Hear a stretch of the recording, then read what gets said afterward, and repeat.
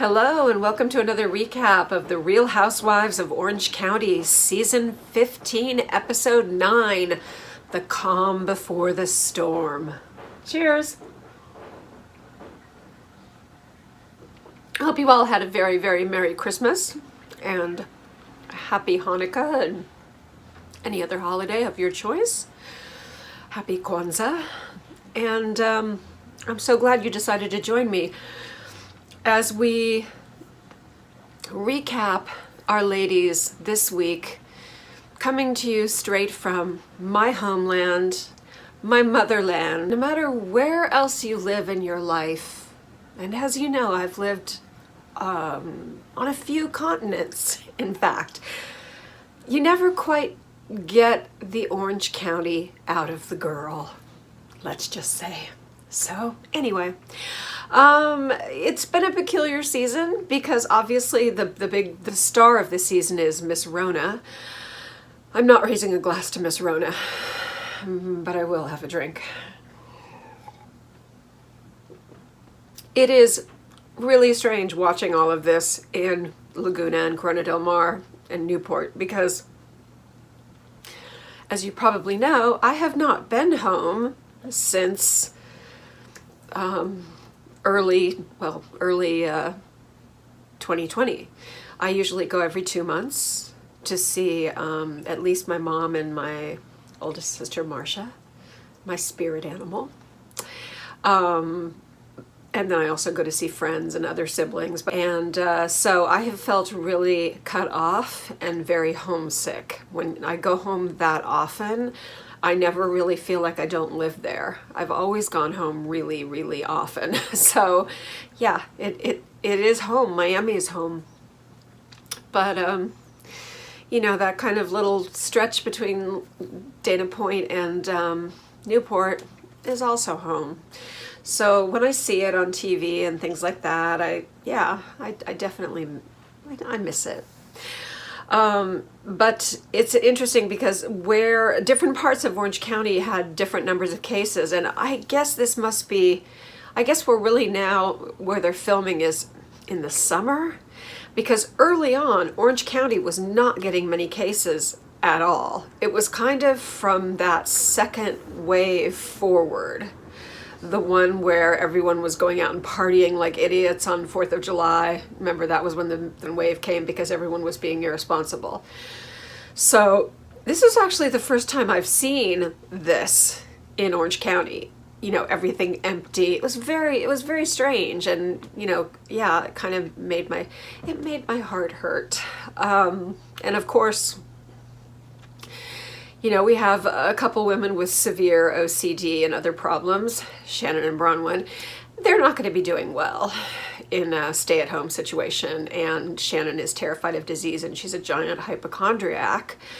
They keep talking about her lung problems. You know, that may very well be, but Shannon is a classic hypochondriac. I've been around enough of them in my life to know that even if she weren't terribly ill, she would have to imagine herself being terribly ill. And it's nothing to joke about, and it's nothing to look down on a person for being a hypochondriac. It's painful. You worry all the time. It's a form of anxiety. In some cases, it's to get attention. I don't think that's it with Shannon. I think it's true anxiety. She is an anxious person. She has OCD, but enough psychoanalyzing. Okay, let me say a few welcomes. Welcome, Rach H155. Welcome to the channel. Welcome, Nancy Ling. Welcome, Cat Cruisin'. I like that username, that's cute. Thank you for your comments, and I'm so happy to have you here. And yeah, I just want to say in general, thank you to everyone, because you know this channel is building slowly, as my loyal little tribe of followers has noticed. But you guys have been great. You're so consistent. You're always, you know, we're always having a give and take. We're always having a conversation. I love it. Honestly, if I never get bigger, but the quality of subs is what I have now, this group of people that I like so much, I'm okay with that.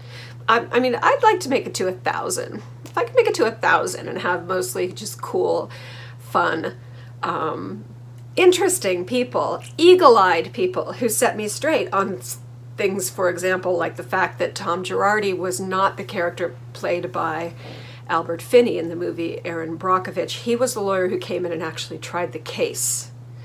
Masri, the lawyer played by Finney, was the guy that, along with Erin Brockovich and his little team, kind of found out all the details and put all the pieces together of the puzzle.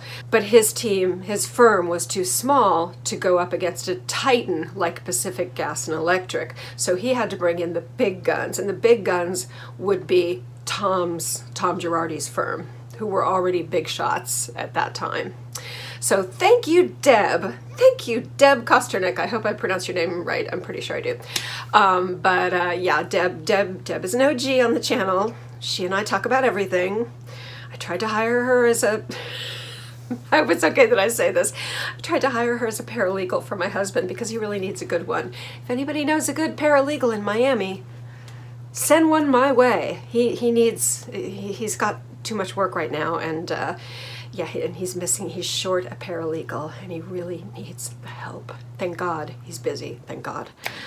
Okay. All right. So we are. Oh, not so fast. Wouldn't you like to join the Shady Tribe? Why don't you subscribe? If you like what you see, if you like this content, if you want an insider's view of Orange County, actually, and Beverly Hills. I lived in Beverly Hills too. And I know quite a bit about New York. New Jersey, not really my turf, but I love it. Potomac, I lived there. I lived in Maryland too. I lived in the DC area too. So you get lots of good inside information from me. And we are going to start, I have not started yet, but we're going to go back through the whole Southern Charm thing, because I am going to make Southern Charm fans out of you, if you are not already. That is my next mission once Orange County is over. I'm going to do the reunions of Potomac. We're going to finish Orange County, do those reunions, and then we're going to go to Southern Charm with a vengeance until I believe the next one I will be covering will be New Jersey again. Oh boy. Okay, so yeah, go ahead and subscribe, like, please, comment. I will always answer back to all your comments. Love hearing from you. And without further ado, that was a very, very long intro. Let's get in there. Okay, there's not that much happening. Everyone clicks off as soon as I say that. Well, I mean, look, what are we dealing with here? We're dealing with the middle of Miss Rona. We're dealing with all the issues surrounding that. We're dealing with Braunwyn's implosion. We're dealing with Shannon's anxiety. You know, I don't think it should surprise you to say that this isn't like an episode that's just going to be full of, oh my God, surprises. Okay. One of the things that has surprised me about this is how many people in this group get sick.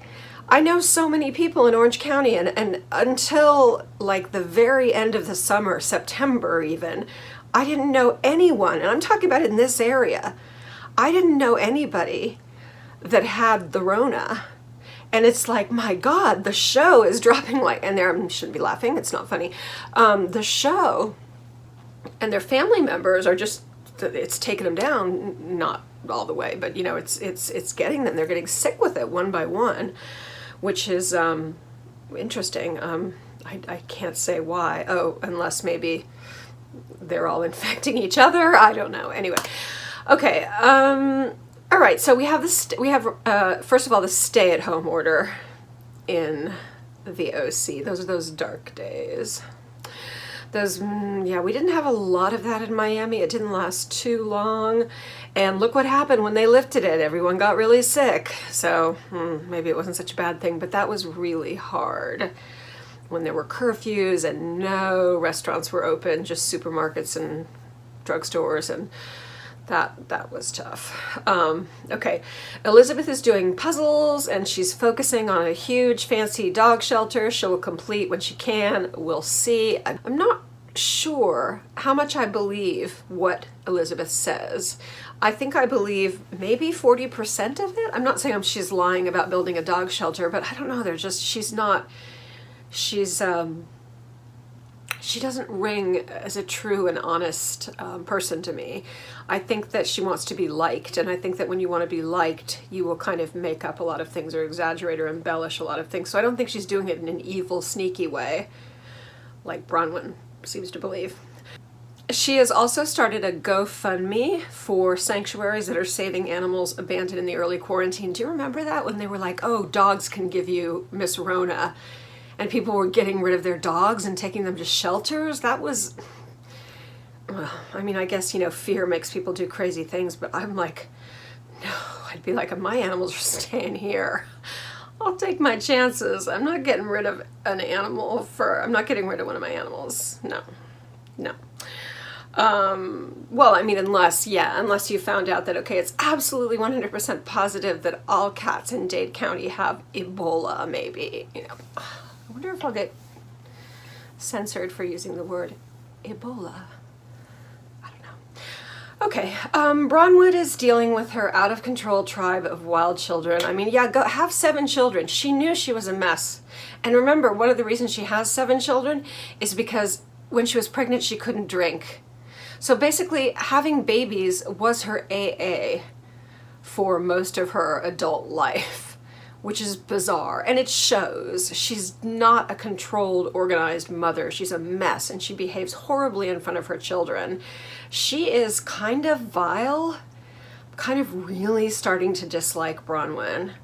I think that she's a bad role model in a lot of ways. I mean, I guess she's not trying to be a role model, she's just trying to not drink, but wow, she's so selfish, and her kids are seeing way too much, just way too much, which I guess is normal for the Housewives franchise, but parentified children, kids who have to raise their mom, that's the real Housewives. We have a whole lot of them, and some of them turn out great, and some of them do not.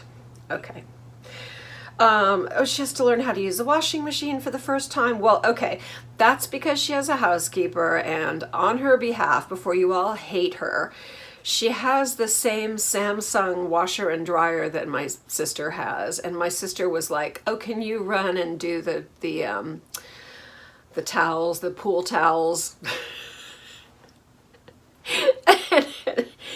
And she was upstairs on a phone call, and I'm like, I'm not going to go up and ask her and say, I can't figure out how to use this thing. But yeah, they're a little complicated, and it's not like I'm a non-technical person, but yeah, it took me a little while to figure it out. So don't be too hard on Braunwyn for that. Be hard on her for other things, but don't be too hard on her for that. Those Samsung washer and dryers, but they're amazing. Like, I came home and I'm like, I want them. They are fantastic. Okay,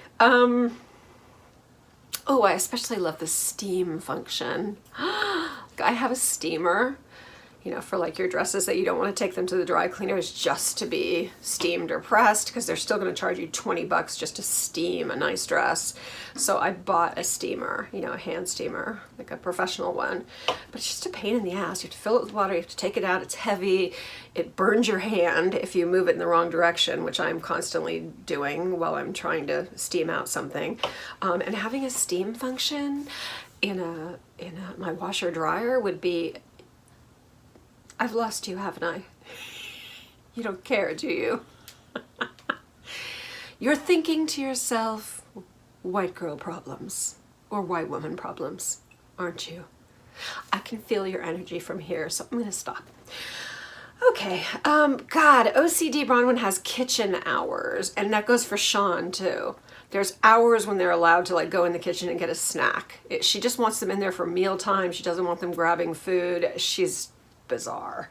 Yeah, I mean, you have 7 kids, they're going to be opening and closing the refrigerator all day, but are you really going to control that? The kids are already like trapped inside, so they want a Go-Gurt, so they want a squeezy pouch drink of juice or something. You know, let them, just give them their Go-Gurt, give them their squeezy juice. For the love of God, Braunwyn. So weird. So she cleans all day. Sean has been being treated like one of the kids. Sean and Braunwyn are like, I think her drinking kept them together. Her drinking and his enabling was the core of their marriage. I don't know if they're going to stay together. I don't know if they'll be together next year. I would not put money on it. Okay, they talk about how Shannon is a hypochondriac, but it's scary because she really does have lung issues. Again, I mean, I hate to sound like, you know, I want to see proof. I want to see receipts. I want to see her doctors, you know, I want to see her files. HIPAA would prevent that. I wouldn't be allowed. But I just wonder. I mean, Shannon seems like someone who would have to invent something. If she didn't have something, she would have to invent something. My mom's a little bit like that, so I get it. My husband's mother is definitely like that. Okay, Kelly thinks that the shutdown is ridiculous. Look, we all know where Kelly is politically. We all know exactly where she is. She's, yeah, she's on the right.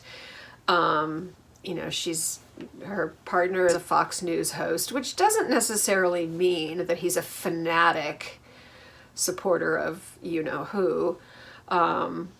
Because at one point, if you've been with Fox long enough, remember at one point Fox was not that extreme. It became extreme in the 21st century. And he's 60, Rick Leventhal, he's 60. I think he was with Fox for a long time. I think he was with a Fox affiliate a long, long time ago. I remember seeing him. So, so I don't know. Yeah, I'm sure they're both, let me put it this way, I'm sure they're both right, on the right. But, you know, she's kind of one of these people who's like, this whole thing is ridiculous. I don't know, this whole thing seems ridiculous to me. I just feel like people are overreacting.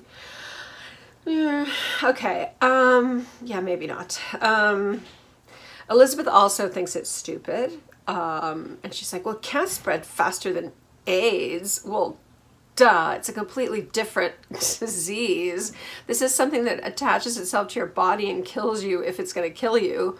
If you're, you know, if you're the wrong victim, it's going to kill you quickly. AIDS takes forever to develop. You get the HIV virus, and then, you know, that in the old days would evolve into AIDS, but now does not, thank God, because there's cocktails and things you can take that are, that will keep you at a certain level without actually getting full-blown AIDS, thank God. But yeah, so Braunwyn's a little bit obsessed with Elizabeth. She thinks that she's a liar. Kind of, so do I, sort of, I just told you. But like I said, not in a malicious way. She says she doesn't get her story straight. That's true. Elizabeth's stories about her divorce and everything, and Jimmy, and yeah, they don't add up. But Braunwyn is a massive bullshit queen, and in a more manipulative way, so she's not anyone to talk about someone being a liar. No. Okay, oh God, Shannon won't let anyone leave her house and come back.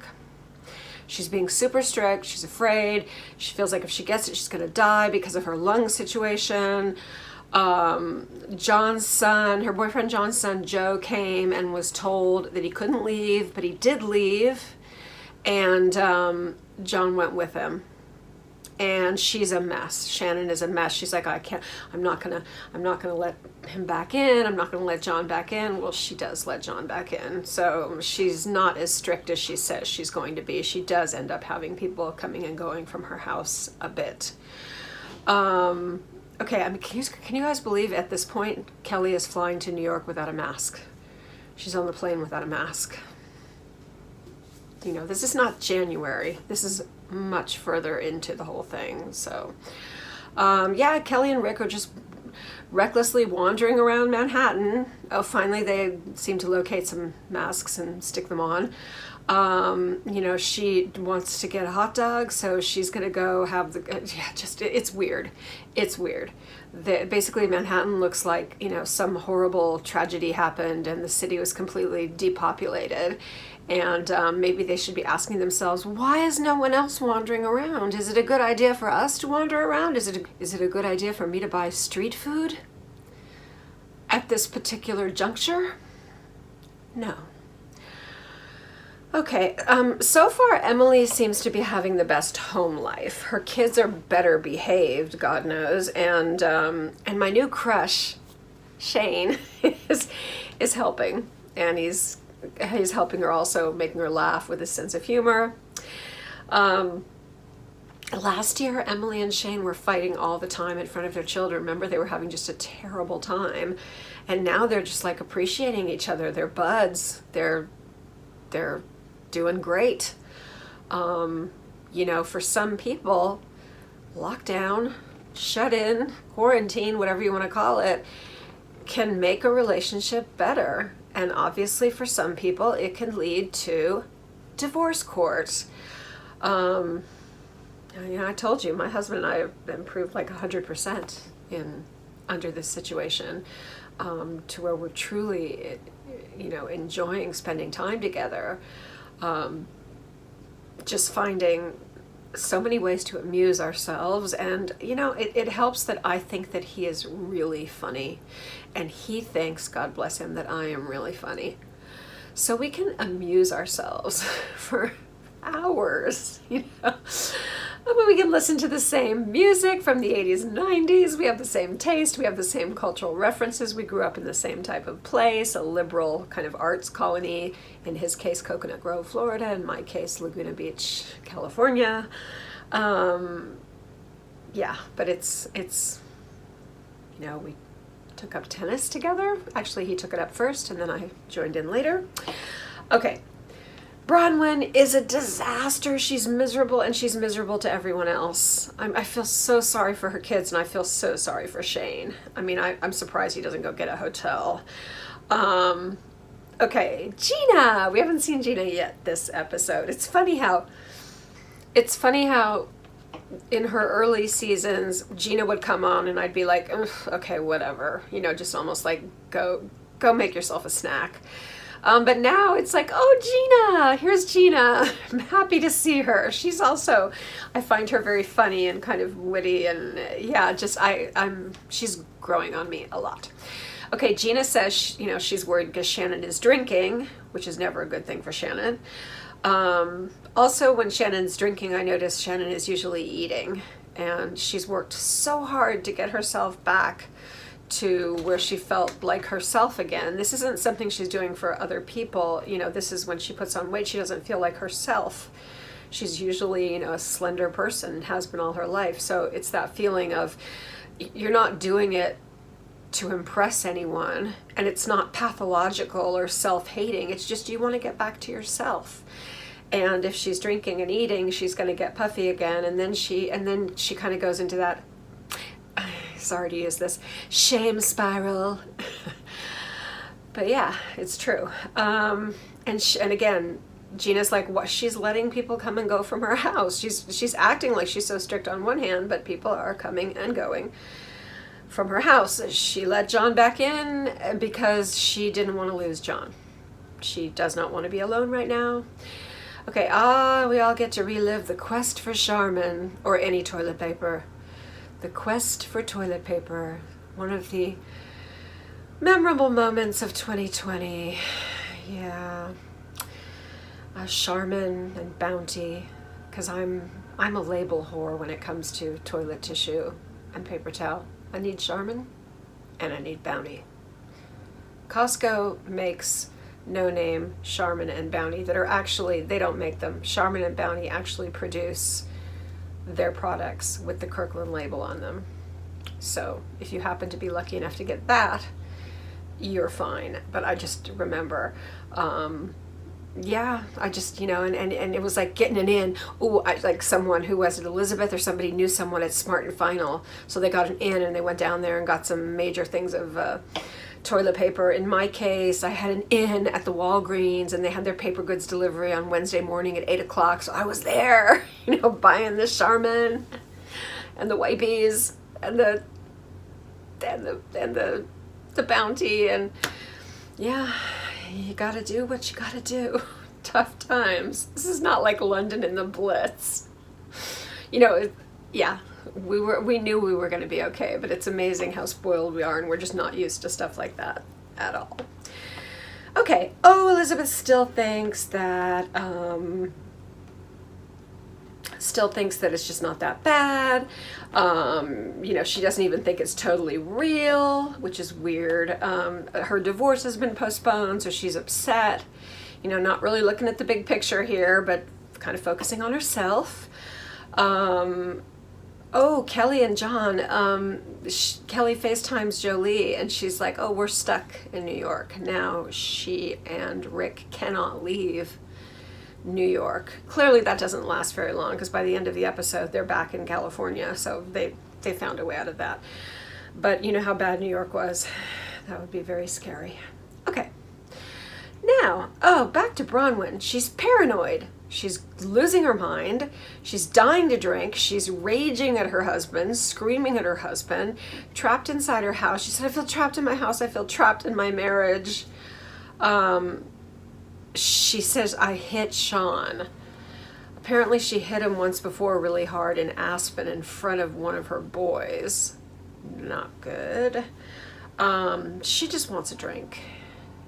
Girl just wants a drink. Okay.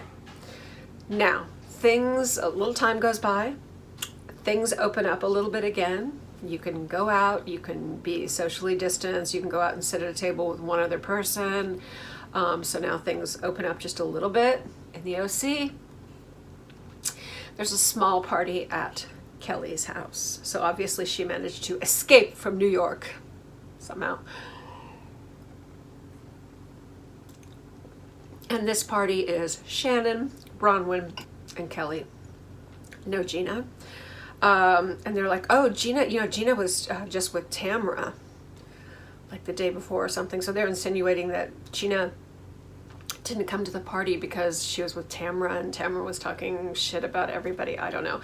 I kind of think that we should have a moratorium on the name Tamara because she is going to be desperate to get herself relevant again and then to be asked back onto the show, which would be the worst thing that could possibly happen. I think that would, well, no, not the worst thing that could possibly happen in the world, but in the OC world, in the Real Housewives of OC world.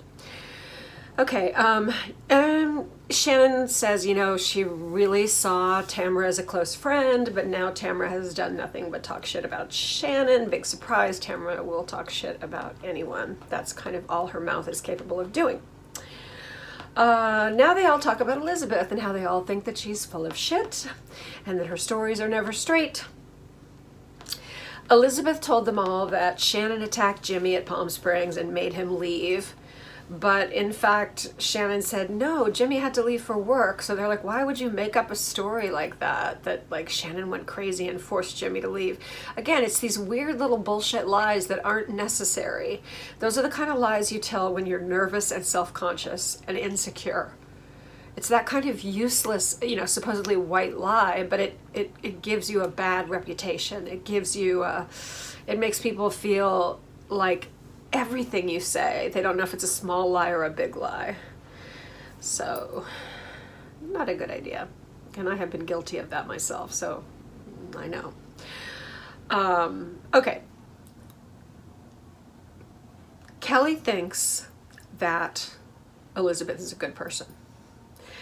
And, I think she, again, is kind of going along with what I'm saying. This is from insecurity. She's lying about nothing. She's lying about little things. This is about her wanting people to like her. Braunwyn just hates Elizabeth. She's on this mission to tear her down.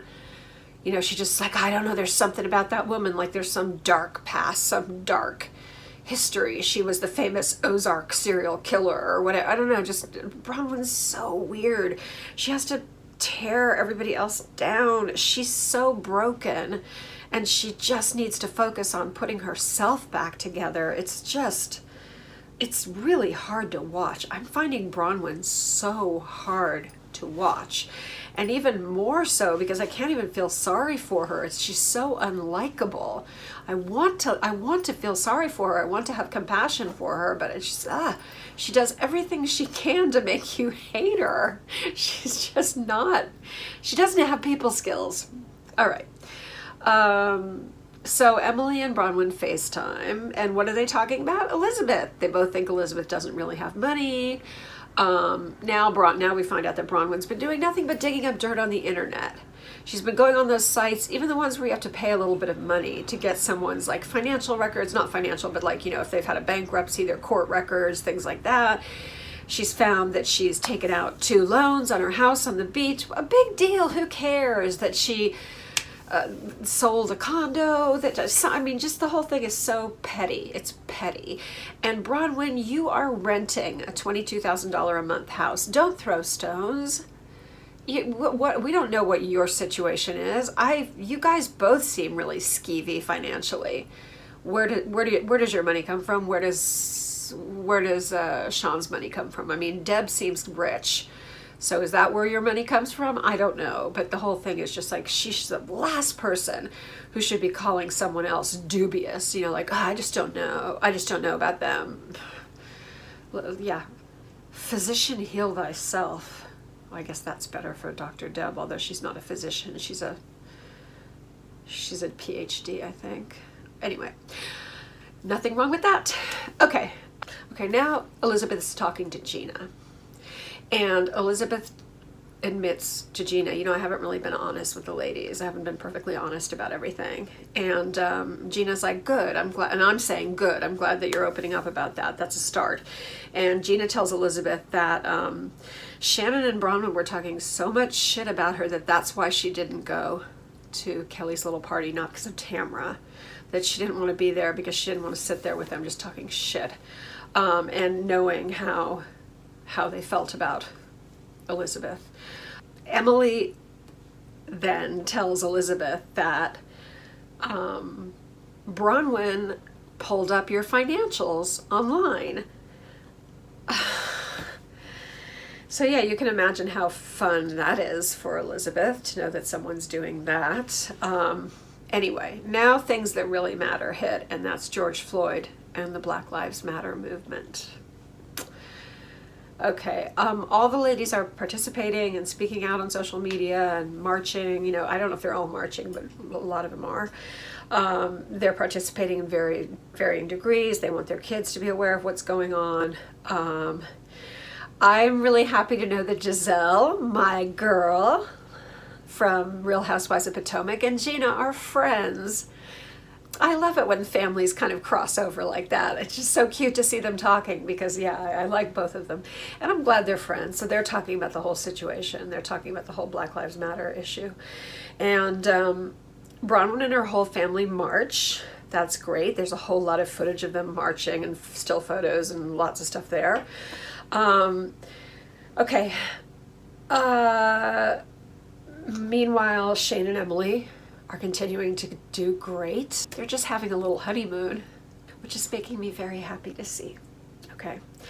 Shannon's daughter, Stella, has Miss Rona. Everyone else tested negative. Shannon is freaking out. She snuck out to a party, snuck back in the house, and she brought a gift for the whole family because kids are idiots. All right, that is the end of episode 9. Thank you so much for joining me. Once again, hope you're having very happy holidays. They're continuing. We have New Year's around the corner. And I don't know about you, but boy, am I going to celebrate the end of 2020. Yay. I mean, you know, when it comes time, although I don't know, I'm making a couple of videos tonight and I might not make another one before the 31st.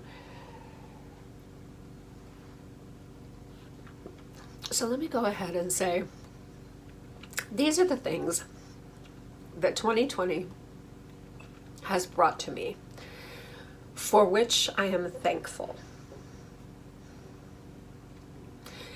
Okay, the first thing is what seemed initially like something that it was going to be hard for me to survive, and that is not being able to travel.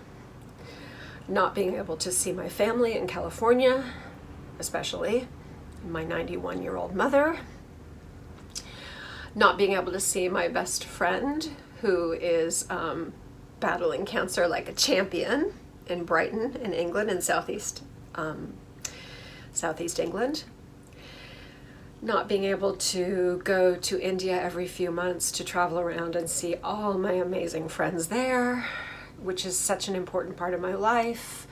I consider India my second home. I love it so much. I miss it so much. But through the not traveling, through the staying still, instead of constantly being running, either packing or unpacking, and then staying home long enough to, get things done, make sure to give lots of love to my husband and tell him how much I appreciate everything that he does for me and the fact that he allows me to travel like this. And when I say allow, I don't mean like he's my master and I'm his slave. I mean just that he is positive about it and encourages it and understands how important it is to me. But through that staying still, what happened? We got a honeymoon, and it started early on. So 2020 has been, in the 16 years of our marriage, the best year. We're such good friends. We are such good friends. It's been romantic, it's been funny, it's been just, we've found out all different kind of sides of each other, and we've both been so chill, because we're both kind of hot-tempered people. We've both just been very chill and very, just very bonded. And that just has been a huge blessing. I mean, I love him so much. And I mean, honestly, a couple of years ago, we were going through a rough patch, and this quarantine made that possible. For me to sit still, stand still, stop running, stop feeling like you always have to be on that plane.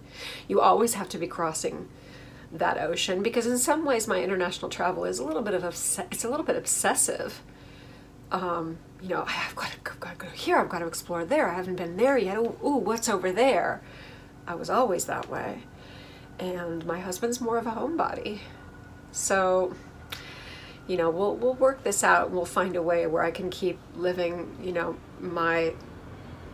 my world and my life in other places without ever disconnecting from him.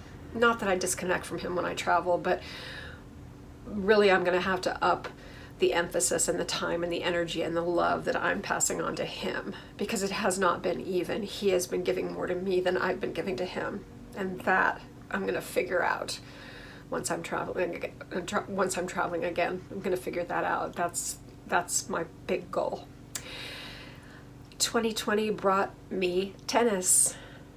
I'm obsessed. I played when I was a kid.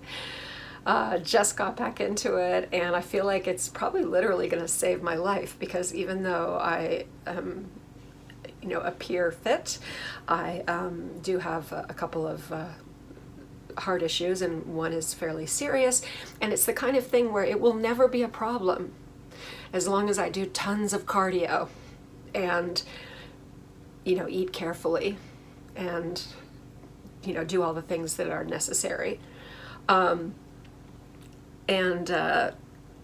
tennis might actually be a lifesaver for me, and certainly I love it.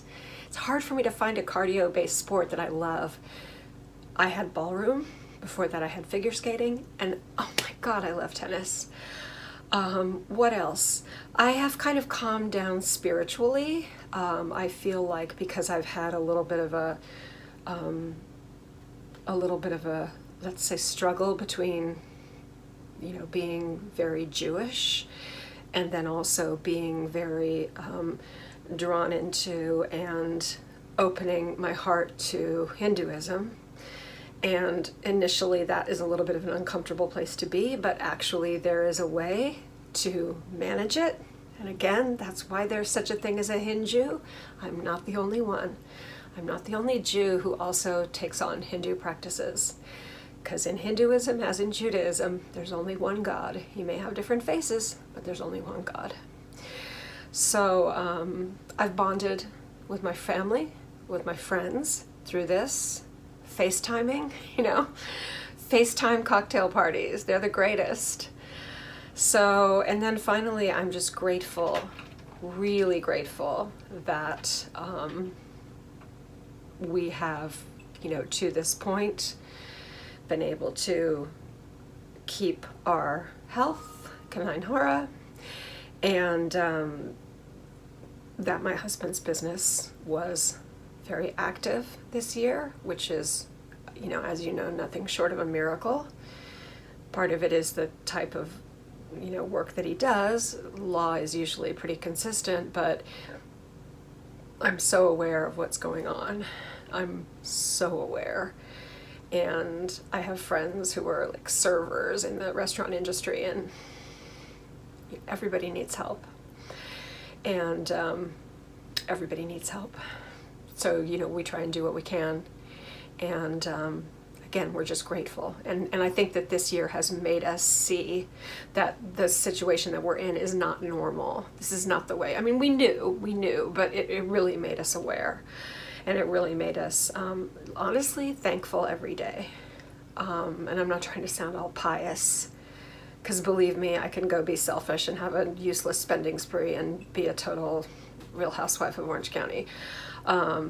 But only in fleeting moments. And most of the time, I realize and I remember to be humble and grateful and appreciative, because I also know what it's like. For some periods in my life, I've known what it's like to have nothing. So I think that helps. And my husband too. So I think that helps us both. Anyway, that was so serious. But I guess that's my official kind of end of year, my end of year roundup. Now I have to do another recap though. So that one's going to be all happy and cheerful again. But this one is going to be the kind of,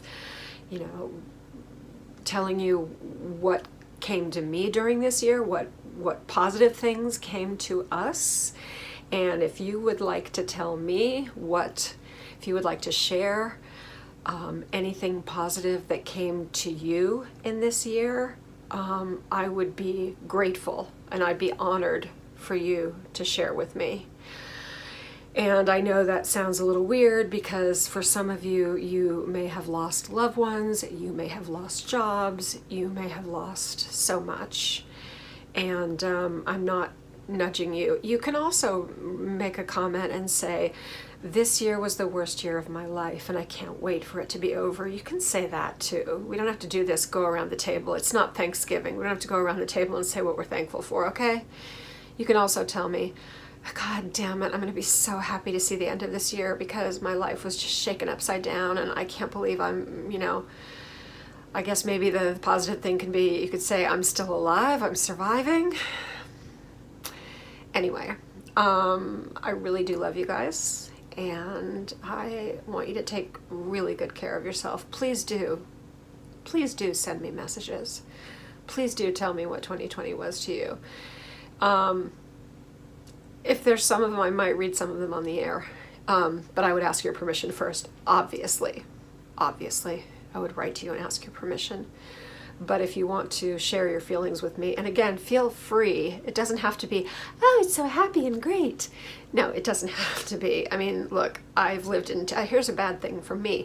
I've lived in terror of all year that my mother's going to die, not just because of Rona, but because she's 91 years old, that my mother in California is going to die and I'm not going to be able to see her before she dies. Yeah. And I've been having really awful nightmares all year. Even though all this stuff that I said I'm really thankful for, I've been having really awful nightmares all year. So there, don't want you to think that my life is woo, unicorns. It's not. But yeah, I don't know. Share. Let's see if I get enough. We'll maybe do a separate upload, but obviously I respect your privacy. So if you tell me this is just between you and me, I'm not going to say anything. Well, I mean, I'll answer you, but I won't, put it on air, so to speak. Okay, so back to the closing. Thank you so much. Oh my gosh, I forgot the biggest thing. I started my first YouTube channel. Actually 2 channels, but I'm kind of trying to shift to 1. But I keep getting new subscribers on the 2nd channel, so, God bless you, thank you. But I guess for the time being, I still have 2. But this whole YouTube journey, oh my gosh, I would never have done this if it weren't for the lockdown. Of course, late last summer, I started doing this. So that's another thing to be thankful for. So basically, I'm thankful for you guys. All right, okay, be good. Don't be too good. And remember, if you want an ear, write to me. I'm here. Okay, all the best. I hope that 2021 is full of blessings for all of you. And take good care. I'll see you soon. Bye.